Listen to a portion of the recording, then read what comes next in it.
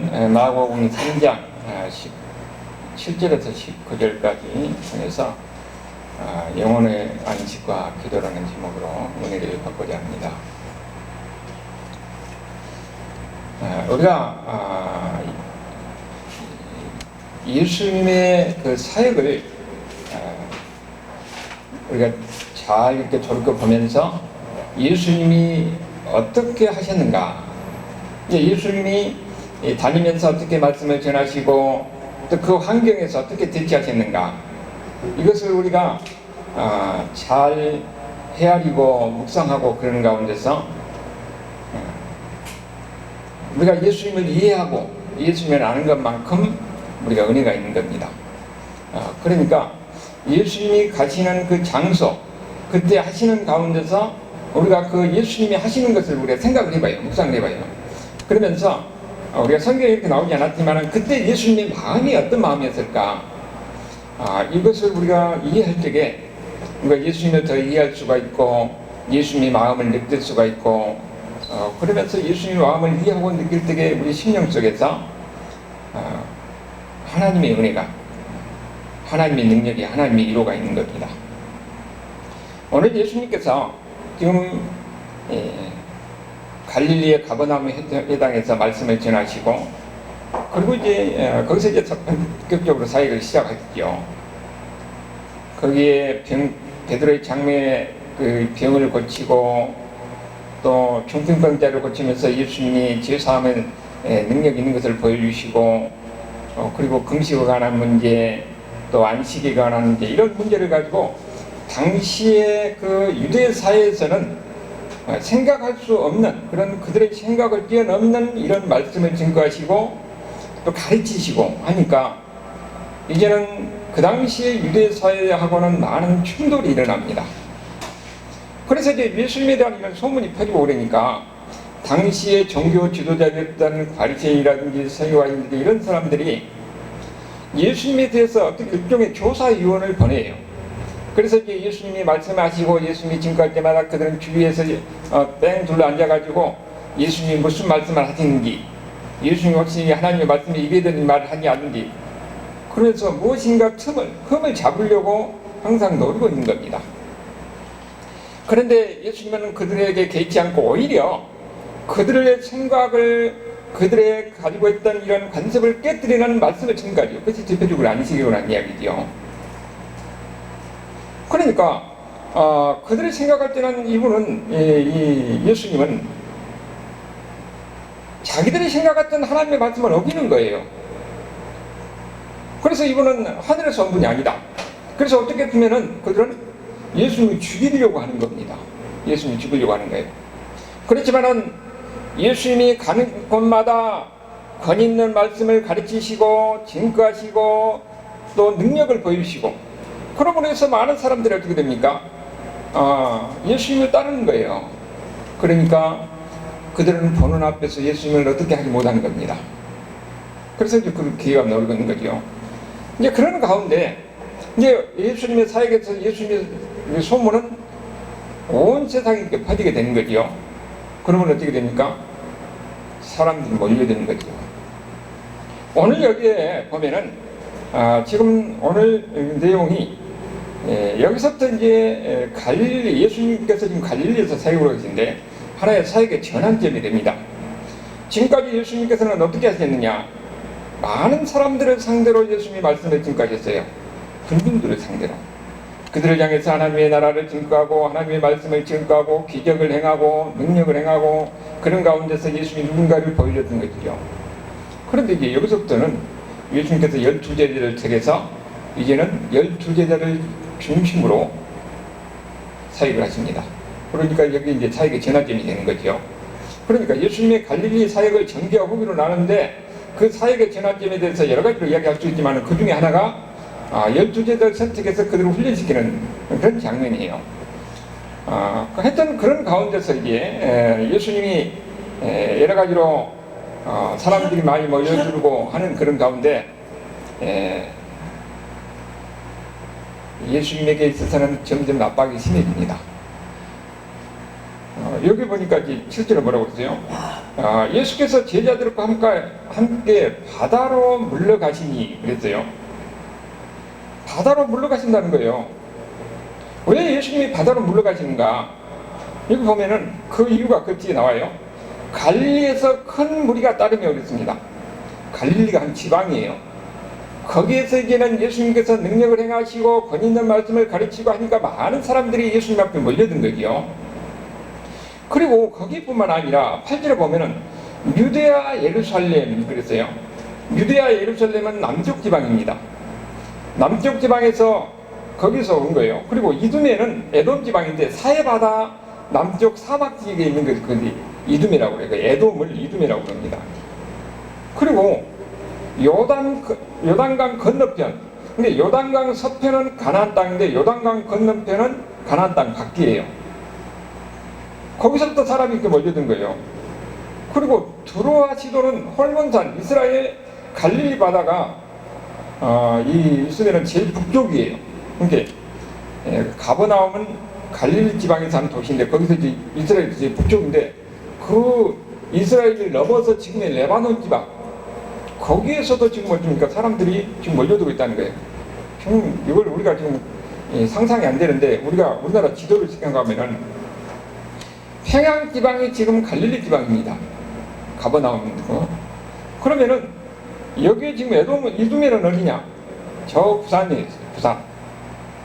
그리고 두로와 시도는 만주 지방입니다. 예수님이 사역을 하시는데 병을 고치고 하나님의 말씀을 증거하고 그리고 지금까지 세상과는 전혀 다른 이런 가르침을 갖는 사람이 있는 거예요. 그러니까 사람이 어디서 모이느냐?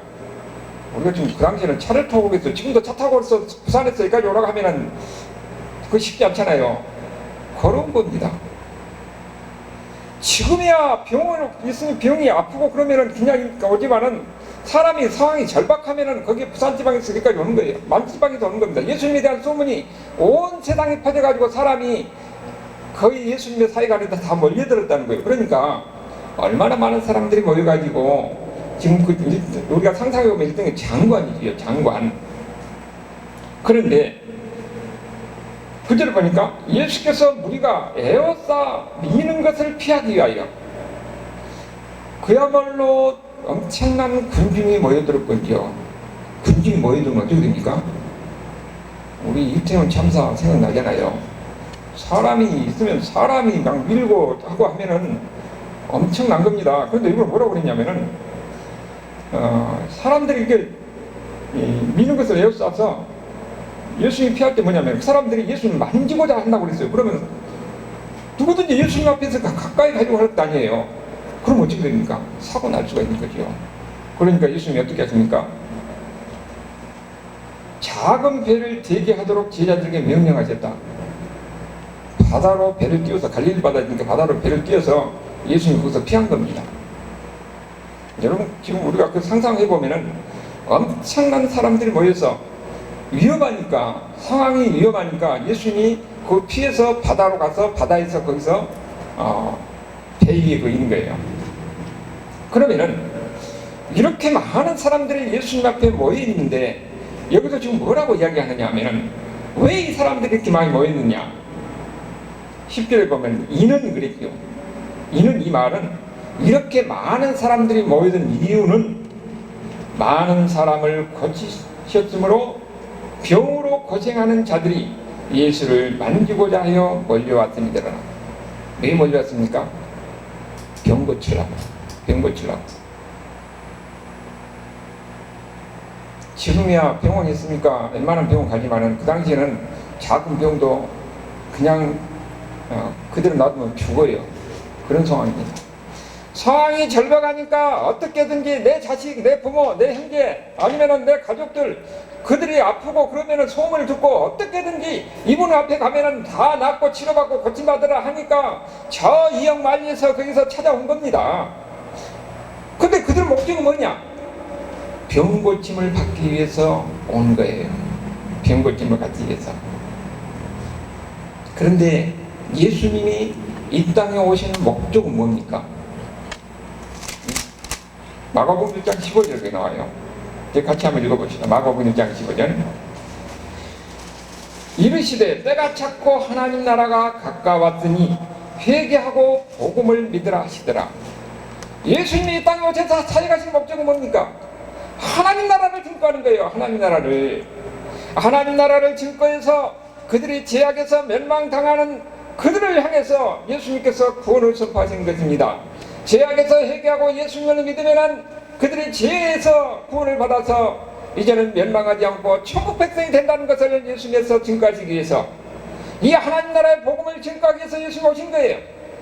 그런데 사람들은 거기에 대해서 예수님의 말씀하신 선포에 관심이 없고 오직 병고침만 받기 위해서 사람들이 몰려든 겁니다. 여기 이렇게 그야말로 곳곳에서 사람들이 모여든 것은 그들이 병고침을 받기 위해서 왔더라 하고 지금 마가복음 기자는 기록하고 있는 거예요. 여기에 대해서 여기뿐만 아니라 예수님에게 사람들이 몰려든 이유가 또 뭐냐, 거기에 대해서 그들은 배가 부르기 때문이다 하고 이야기를 합니다. 예수님께서 이 가버나움에 보면은 가버나움 동쪽으로만 큰 평지가 있어요. 거기에는 많은 사람들이 거기에 모여듭니다. 많은 사람들이 모여들면 어떻게 됩니까? 여러분 배고프잖아요. 먹을 것이 없으니까 거기서 이렇게 전국 각지에서 몰려드는 사람이 어떻게 돼요? 그럴 때 예수님이 어떻게 계세요? 버릇독 5개와 물고기 2마리를 가지고 장정만 5,000명, 그러면 여자 어린이들과 하면 2만 명을 다 먹이셨다는 거예요. 그리고도 12관계가 남았더라, 그런 얘기가 있죠. 여러분 사람이요, 지금은 우리가 먹는 것에 대해서 생각하면 별로 그렇게 생각을 안 하는데, 제가 초등학교 다닐 때만 봐도요, 그때 보면은 점심을 굶어가지고 밥을 싸갖고 못하니까 그때 죽을 나눠주고 그랬어요. 빵 나눠주고. 그러면은 우리가 지금 한 60년대 후반 70년대 동안 그랬는데 100년 전에 어땠습니까? 굶어 죽은 사람이 엄청 많았잖아요. 그럼 2000년 전에는 어떻게 되겠어요? 그러니까 사람이 한 끼 식사를 한다는 거, 그러니까 우리는 항상 인사할 때 뭐라고 해요? 밥 먹었냐고 묻는 것 같아요. 점심을 또 이렇게 맛있게 했으니까 잘 먹으세요. 그러니까 밥 먹는 것이 얼마나 중요한가 하는 것을 우리가 알 수가 있어요. 내가 이렇게 금식, 내가 스스로 먹을 수 있는데 안 먹는 것하고 없어서 못 먹는 것하고는 심정이 다릅니다. 권사님은 지금 부잣집 딸들로 자라서 안 굶어서 모르는데, 우리는 어렸을 때 보면은 없어가지고 감자 먹고 살았어요. 중식 때 감자, 이동생 중식 때 없어갖고 감자 먹고 살았잖아요. 그렇게 밥 먹는 것이 그렇게 귀했던 거예요. 그래서 요한복음 6장 26절에 뭐라고 그랬냐면은, 그 예수님께서 그들이 저렇게 몰려든 이유를 예수님께서 말씀하십니다. 요한복음 6장 26절에 다 같이 한번 읽어봅시다. 요한복음 6장 26절. 자, 예수께서 대답하여 이르시되, 152페이지예요. 152페이지. 요한복음 6장 26절에 신약성경. 자, 제가 읽어드릴게요. 예수께서 대답하여 이르시되, 내가 진실로 너희에게 이르노니 너희가 나를 찾는 것은 표적을 본 까닭이 아니요 떡을 먹고 배부른 까닭이로다. 예수님을 찾아가면은 그들에게 먹는 문제가 해결되는 겁니다. 먹는 문제가. 그러니까 예수님을 왕으로 세우려고 하는 거예요. 왕으로. 예수님을 왕으로 세우면 우리에게 먹는 문제가 해결된다는 거예요. 그런데 예수님이 뭐라고 말씀하십니까? 저들이 나를 따르는 것은 표적을 본 까닭이 아니다. 표적은 뭐예요? 그야말로 버릇독 5개와 물고기 2마리를 가지고 거기에는 5,000명을 어떻게 먹입니까? 그 표적은 이 예수님이 누구인가 하는 것을 보여준 거예요. 그러니까 그야말로 기적 같은 일이 일어났으면 이런 기적을 일으키는 저분이 누구인가, 거기에 대해서 예수님에 대해서 알려고 해야 되는데 사람들은 거기에 관심이 없고 먹는 것에만 관심인 거예요. 어떻게 보면 예수님을 왕으로 세워서 이분이 항상 우리에게 양식 문제를 해결해주는 거, 우리가 필요한 문제를 해결해주는 거, 여기에만 관심이 있어서 그래서 예수님을 따른다는 겁니다. 그 당시에 사람들이 그런 거예요. 지금도 보면은 사실 그게 나오면요, 많은 그에 보면은 예수님이 누구인가 하에 대해서 이 관심을 갖고 나온 사람보다는 무엇인가 자기의 유익을 얻기 위해서 교회를 다니면 어떤 이익을 얻고 어떤 유익이 있을 거다 생각하고 나온 거예요.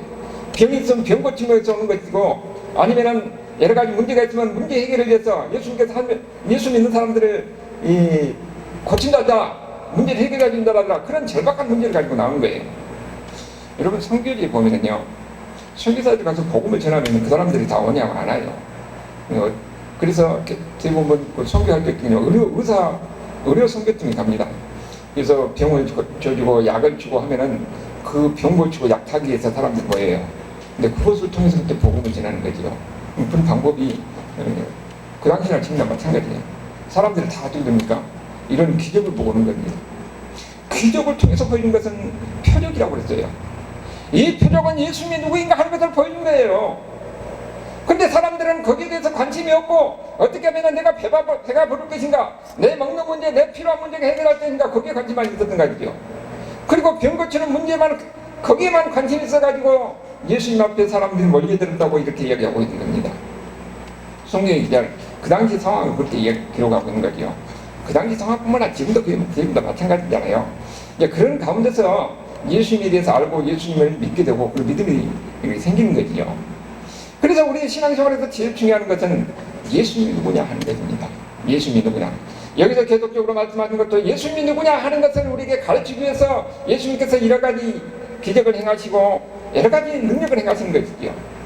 예수님은 하나님이에요. 하나님인데 스스로를 제한하시고 이 땅에 인간의 육신을 놓고 오신 것입니다. 하나님은 전능하신 분이에요. 그런데 인간은 어떻습니까? 한계가 있습니다. 한계가. 하나님은 편지하신 분이기 때문에 어디든지 다 계시지만은 인간은 여기 있으면 쭉 없는 거예요. 인간의 한계를 입고 이 땅에 오신 것입니다. 그러니까 예수님이 계속 활동하시는 건 뭡니까? 인간의 한계를 가지고 계신 거예요. 인간의 한계라는 것은 뭡니까? 우리가 안 먹으면 배고프잖아요. 맞으면 아파요. 예수님도 배고프고 예수님도 목마르고 예수님이 맞으면 아픈 겁니다. 채찍이 맞으면 피가 흘리고 고통을 당하고 그래서 절규하는 거예요. 어려움을 당하고 힘듦을 당할 때, 피곤할 때 힘들고 지치고 하는 것도 예수님도 마찬가지라는 겁니다. 이런 인간의 한계 속에서 예수님도 활동하셨기 때문에 그것이 우리에게 이해가 되는 것이지, 예수님이 하나님을 하셨다면 우리가 무슨 상관이야? 관계가 없는 거지. 그러니까 예수님이 이 땅에 하나님이지, 완전한 하나님이서 완전한 인간이신데 이 땅에서 활동하시는 것은 하나님됨을 유구하시고 인간으로서 활동하시는 겁니다. 그래서 우리가 예수님이 누구냐 하고 이해할 때는 100% 하나님입니다. 그리고 100% 인간이에요. 다만 하나님됨을 유구하시고 인간으로서 활동하셨다는 겁니다. 근데 천주교에서는 어떻게 이야기하느냐? 천주교 말고 여호와 증인들은 어떻게 하느냐? 예수님은 하나님이 아니라는 겁니다. 완전한 그냥 인간이라는 거예요. 도덕적인 가르침. 그래서 우리가 이단이라고 이야기하는 거예요. 그런가 하면은 또 한편으로는 예수님이 하나님인데 어떻게 인간이 될 수 있냐? 인간처럼 보일 뿐이다. 그렇게 주장한 사람들 한테 있었어요. 그 양태론자라고 그러는데 교회사에서 항상 예수님이 누군가에 대해서 그런 논쟁이 있어서 그래서 지금 예수님이 누구나 하는 것이 이제 정리일 겁니다. 그런데 여호와 증인들은 지금도 그렇게 믿거든요. 그 사람들은 예수님이 하나님이라고 믿지 않는 사람들이에요. 그래서 이단이라고 이야기하는 거죠. 예수님이 이 땅에서 하나님이면서 인간이신데 하나님됨을 유구하시고 인간으로 활동하시고, 그러면은 기적을 행하시고 능력을 행하신 건 뭐냐? 우리같이 한계를 가지는 인간인데 성령께서 역사하셔서 성령의 능력으로 기적을 행하시고 이렇게 가르치시고 또 모든 것을 하신 겁니다. 여러분도 마찬가지로 예수 믿는 사람이면은 다 성령님이 여러분과 함께 하신 거예요.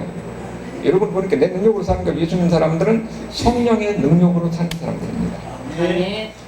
성령님께서 그래서 여러분이 기도하는 것은 성령 충만한 가운데 하나님의 능력이, 하나님의 지혜가 함께 하셔서 하나님 내 능력이 아니라 하나님의 능력으로 살게 해달라고 기도하는 겁니다.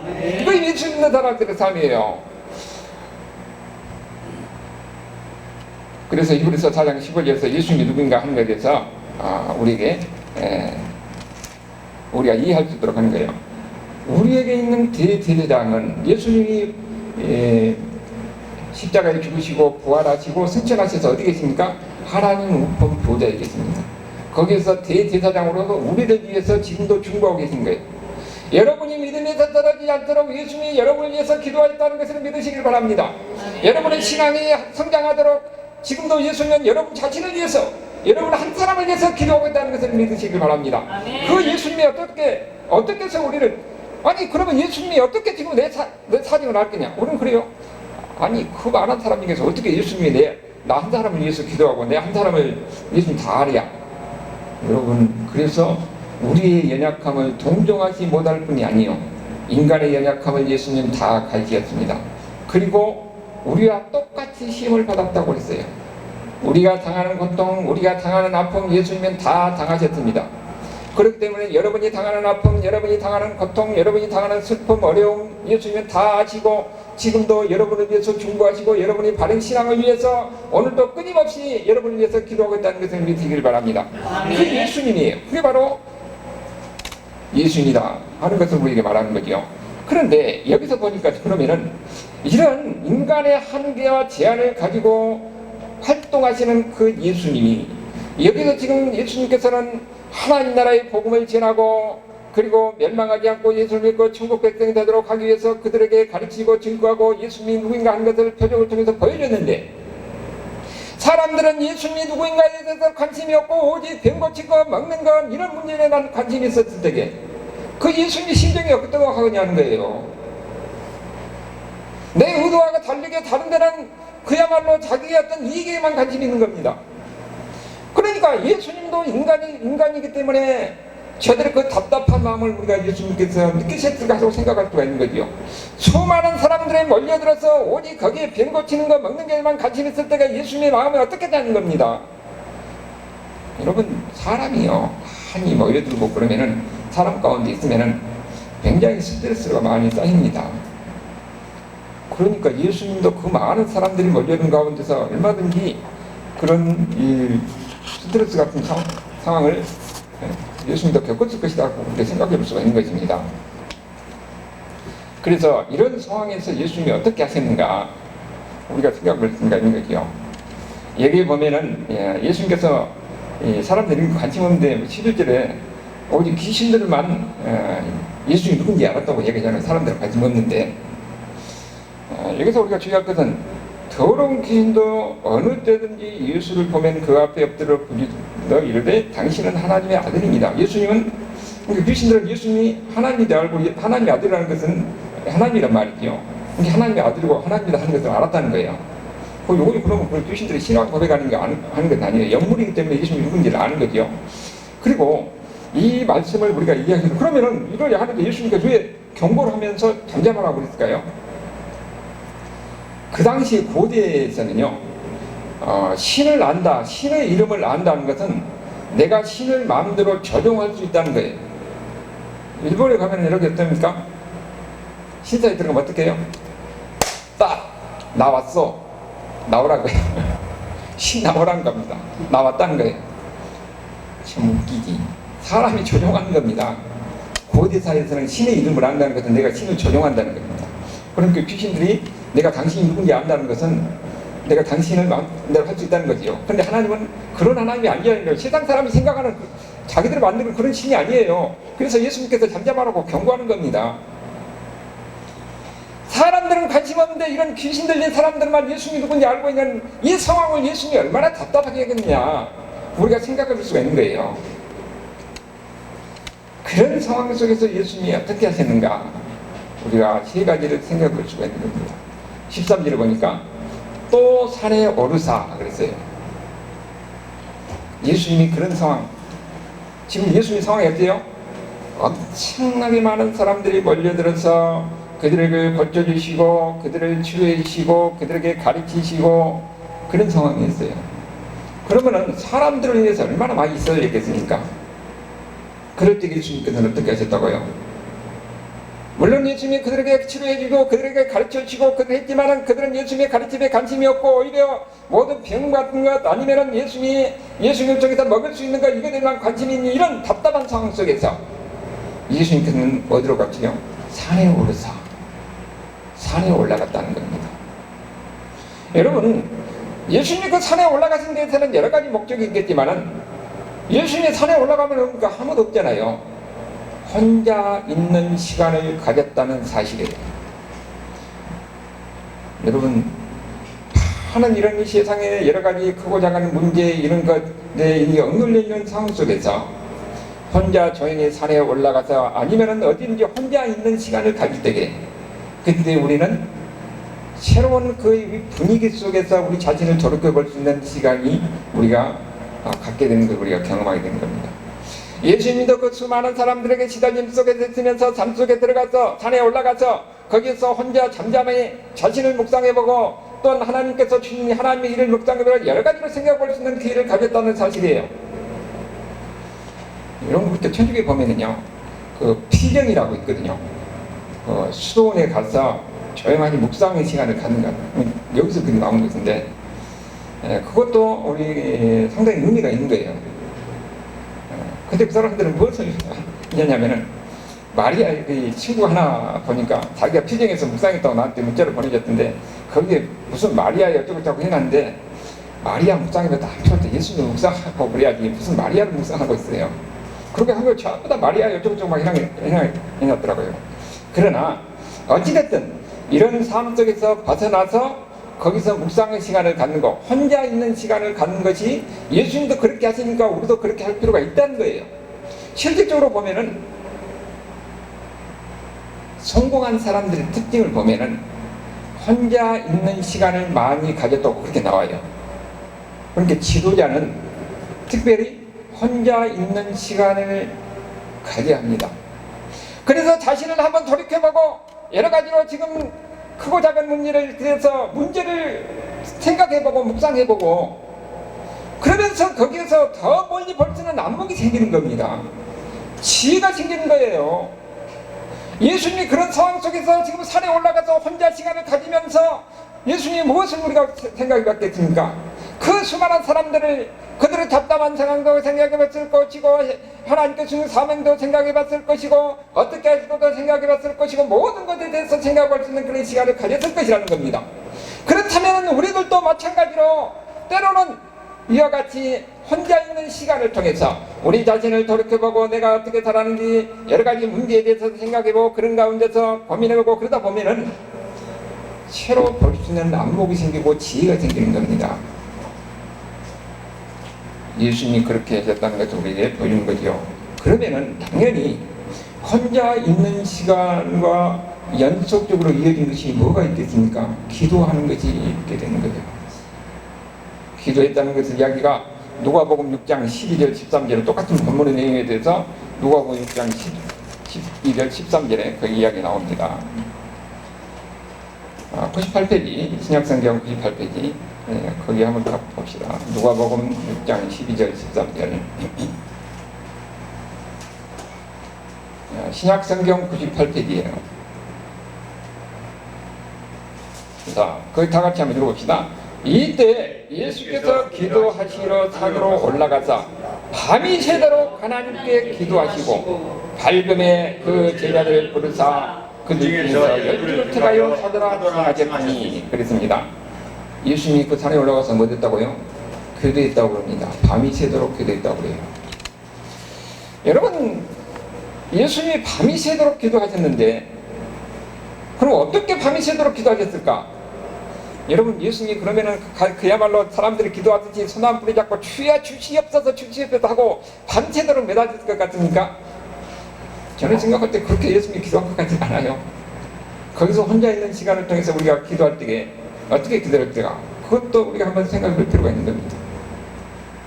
우리 믿는 사람들에게 이 예수 믿는 사람들에게는 기도가 우리 신앙생활에서 중요한 부분을 차지하는 겁니다. 성경의 지식만 많이 한다고 해서 그 사람의 신앙이 좋은 것 아니에요. 그것을 바탕으로 해서 하나님과 기도하는 가운데서 하나님과 교류를 가져야 됩니다. 교제를 해야 되는 거예요. 물론 예수님께서 우리에게 기도할 때 어떻게 기도라고 하셨습니까? 우리의 일용할 양식을 위해서 기도라고 하셨습니다. 우리의 필요한 것을 위해서 기도라고 하셨습니다. 우리가 기도할 때에 우리에게 일용할 양식을 주실 것이고 우리의 필요한 것을 채워주실 것이고 우리가 아프고 고통스럽고 병들어 힘들어 할 때에 우리가 기도할 때에 하나님께서는 그 기도를 주신다는 약속과 말씀을 믿고 우리는 동시에 문제를 가지고 하나님 앞에 나와서 기도한다는 사실은 우리가 분명한 사실입니다. 기도해야 되는 거지요. 그런데 기도의 의미는 우리가 무엇을 하나님 앞에 붙들고 매달리고 간구하는 것만이 기도가 아니라는 거예요. 기도는 그래서 영적 호흡이라고 이야기를 합니다. 영적 호흡은 호흡을 숨을 쉬는 거잖아요. 숨을 쉬어야 그 다음에 뭐가 있습니까? 평안이 있는 것이고 안식이 있는 것입니다. 그렇기 때문에 기도를 통해서 우리는 하나님과 영적 호흡을 갖는 거예요. 하나님과 관계를 갖는 겁니다.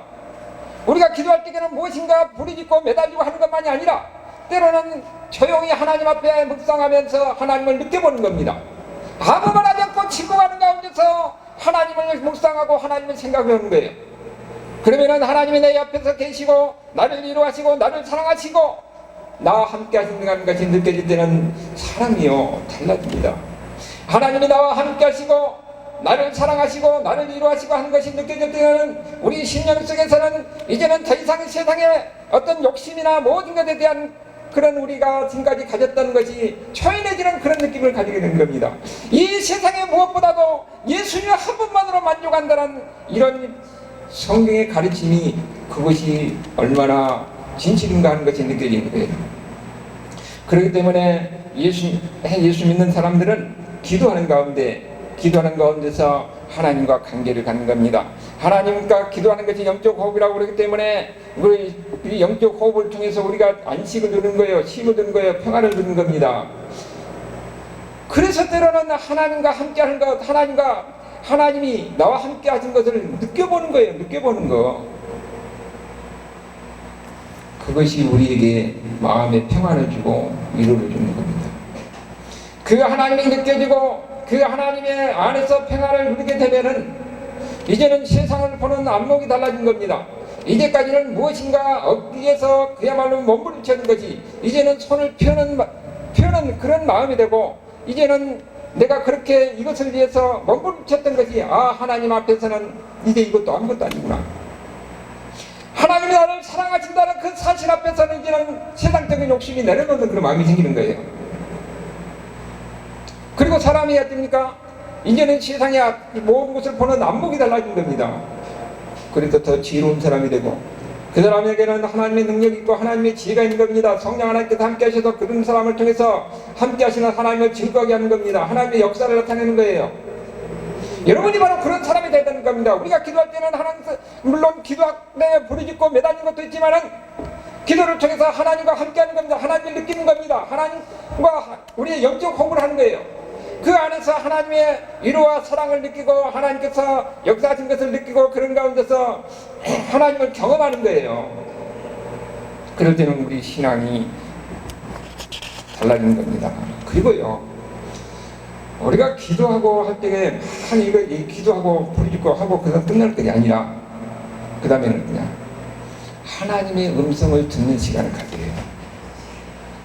여러분, 어떤 사람은 체험적으로 귀에 들리게끔 하나님이 내가 너를 사랑한다 이렇게 이런 체험도 있지만은 우리가 기도하는 가운데서 하나님과 함께하는 시간을 가질 때에 하나님은 우리 마음속에 평안을 주시고 내 마음에 하나님의 응답을 주십니다. 그러니까 어떤 목사님은 설교할 때 그래요.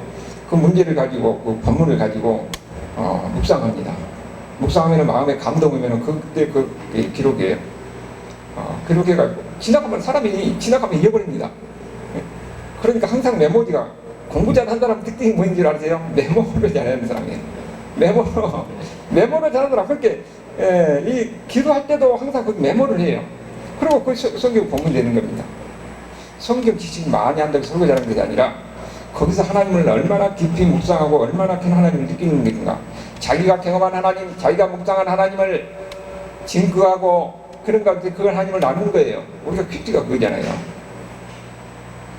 여러분, 그렇기 때문에 항상 우리는 우리의 마음을 통해서 이 말씀하시는 하나님의 음성에 귀를 기울인 사람이 되어야 되는 겁니다.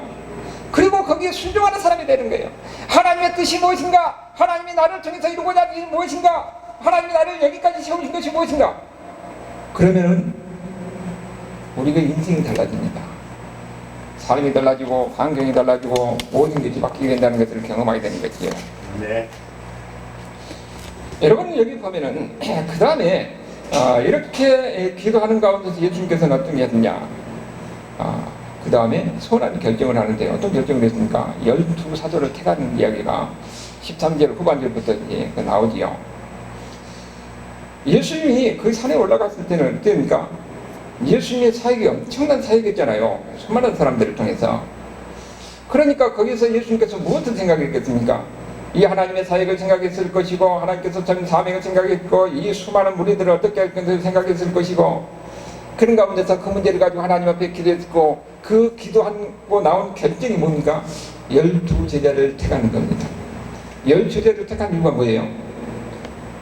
내가 해야 할 일을 이 12제자들에게 나눠주는 겁니다. 이 일을 같이 나누기 위해서 하는 거예요. 그래서 이제 여기서부터는 어떻게 하느냐?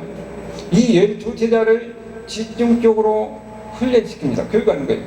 어떻게 훈련시키고 어떻게 가르치는가 하는 걸 보니까 여기 보면 뭐라고 그랬습니까? 14절에 이에 12세는 자기와 함께 있게 하시고 또 보내사 전도도 하며 그랬습니다. 예수님의 그 교육 방법은 함께 하는 거예요. 사람이요,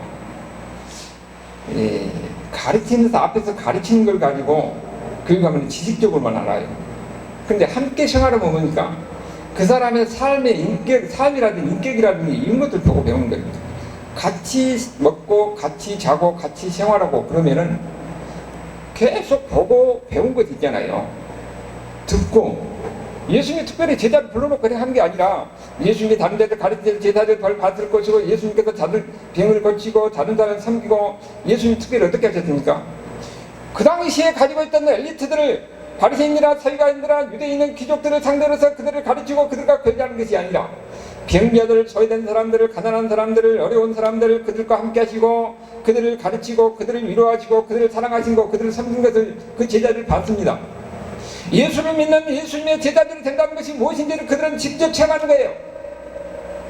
예수님이 그렇게 가르쳤다는 겁니다. 그렇게 배우고 한 그 제자들이 나중에 어떻게 되는 거예요? 온 세상을 향해서 복음을 전합니다. 여기 보면은 여기 이제 12명의 제자들이 이렇게 나오는데, 여기를 보면은 특별한 사람이 있는 것 같진 않아요. 예수님이 12제자를 택할 때에 특별히 유능한 사람들, 잘난 사람을 택해서 12제자를 뽑았다는 이야기는 전혀 없습니다. 그저 평범한 사람들, 그들도 다 불완전한 사람들이에요. 불완전한 사람들 12를 택해서 예수님이 그들에게 제자로 삼은 겁니다. 그대로 그를 가르쳤던 거예요.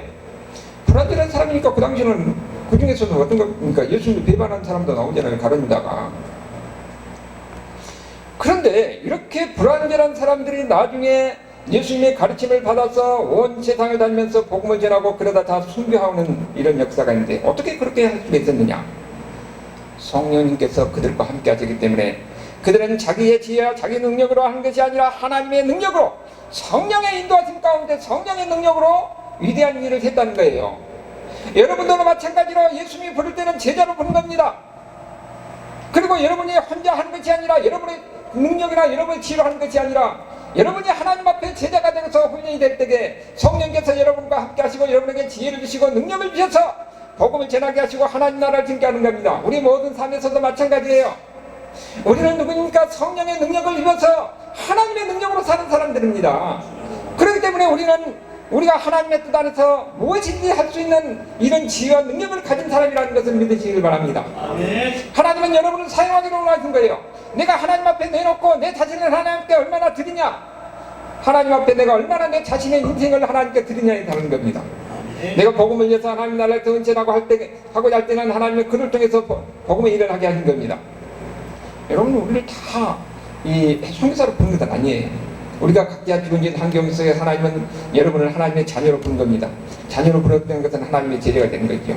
그러니까 주어진 환경 속에서 우리는 내 능력이 아니라 이제는 하나님의 능력으로, 오직 성령의 능력으로 사는 겁니다. 그렇기 때문에 우리는 어떻게 합니까? 항상 기도하는 거예요. 성령의 능력으로 이 하나님의 우리가 살아가는 모든 크고 작은 문제를 해결할 수 있도록 기도하는 겁니다. 성령님은 여러분에게 은혜를 주시길 원하고 능력 주시길 원하고 지혜를 주시길 원한다는 사실을 믿으시길 바랍니다. 이런 가운데서 여러분이 예수 믿는 사람, 저 사람 예수 믿지만은 전혀 다르더라 하는 것을 보여줄 수가 있는 거예요. 이것이 바로 예수 믿는 삶이라는 것을 우리에게 이야기해 주고 있는 겁니다. 여러분, 우리가 이야기를 통해서 예수님이 이런 상황에서 어떻게 이 사회감에서 수많은 크고 작은 문제 가운데서 문제를 해결해나갔을까? 거기서 우리가 지혜를 얻고 답을 얻을 수가 있는 거예요. 예수님이 어떻게 하셨다고요? 혼자 있는 시간을 가지셨다는 겁니다. 우리도 보면은 이 세상에 살면서 크고 작은 여러 가지 복잡한 문제들이 많이 있습니다. 그럴 때 때로는 우리가 혼자 있는 시간을 가질 필요가 있다는 거예요. 그런 가운데서 우리 자신을 돌이켜보고 우리가 문제를 있는 그 문제에 대해서 생각해보고 그런 가운데서 우리는 혼자가 아니라 이제는 하나님과 함께하는 하나님의 자녀들, 하나님의 분받는 하나님의 사랑받는 사람이라는 사실 앞에서 하나님을 묵상하는 겁니다. 그리고 그 다음에는 어떻게 됩니까? 자연스럽게 그 다음에 기도하는 것이지요. 기도할 때는 어떻게 기도합니까? 우리의 자신을 돌이켜보는 거예요. 우리의 허물과 우리가 가지고 있던 연약한 것을 하나님 앞에 다 드러내놓고 하나님의 용서를 구하고 하나님의 은혜를 구하는 겁니다. 하나님은 여러분을 사랑하셔서 지혜를 주시길 원하고 능력 주시길 원하는 거예요. 물론 우리가 가지고 있던 크고 작은 문제를 다 드러내놓고 하나님의 은혜를 구하는 것은 맞습니다. 그러나 우리가 하나님 앞에 기도한다는 것이 우리의 필요한 것만 가지고 매달리는 것만이 기도가 아니라 때로는 그 영적 호흡이기 때문에 우리가 거기서 하나님과 대화하는 거예요. 하나님과 함께 때로는 침묵의 시간도 갖는 겁니다. 그러면서 하나님이 내 옆에 계시고 나를 내 기도를 들으시고 나와 함께 하시는 것을 느껴보는 겁니다. 그럴 때 우리는 어떻게 됩니다. 영혼의 안식을 누릴 수가 있어요. 영혼의 평안을 누릴 수가 있는 것입니다. 그 다음에는 어떻게 돼요? 하나님의 지혜를 주셔서 지금 12제들 책에서 하나님께서 큰 하나님의 역사를 일어나요. 하나님은 여러분의 기도를 들으시니 그들을 믿으시기 바랍니다. 하나님은 여러분이 하나님과 묵상하는 가운데서 하나님께 구하고 매달릴 때에 하나님 앞에서 모든 것을 내려놓고 하나님께 맡길 때 하나님은 여러분을 가장 복된 길로 인도하신다는 것을 믿으시기 바랍니다. 그런 가운데서 하나님은 여러분을 통해서 하나님을 나타내기를 원하는 거예요. 하나님의 영광을 나타내기를 원합니다. 하나님의 기적을 나타내는 겁니다. 기적은 그때만이 아니라 지금도 얼마든지 우리 가운데 있는 겁니다. 성령 하나님께서 함께 하시면 우리는 별 볼 일 없는 사람이지만 하나님의 능력이 하나님의 지혜가 함께 하심으로 해서 얼마든지 하나님의 역사를 일어나는 겁니다. 우리는 비록 미약하고 보잘것없지만 우리는 하나님의 큰 뜻을 우리가 바라보면서 항상 기도하는 가운데서 하나님의 생기고 하나님 일할 때에 하나님은 우리를 통해서 큰 역사를 이룰 줄을 믿습니다. 이 믿음을 가지고 함께 신앙생활하는 저와 여러분의 삶이 될 수 있기를 주님의 이름으로 축원합니다.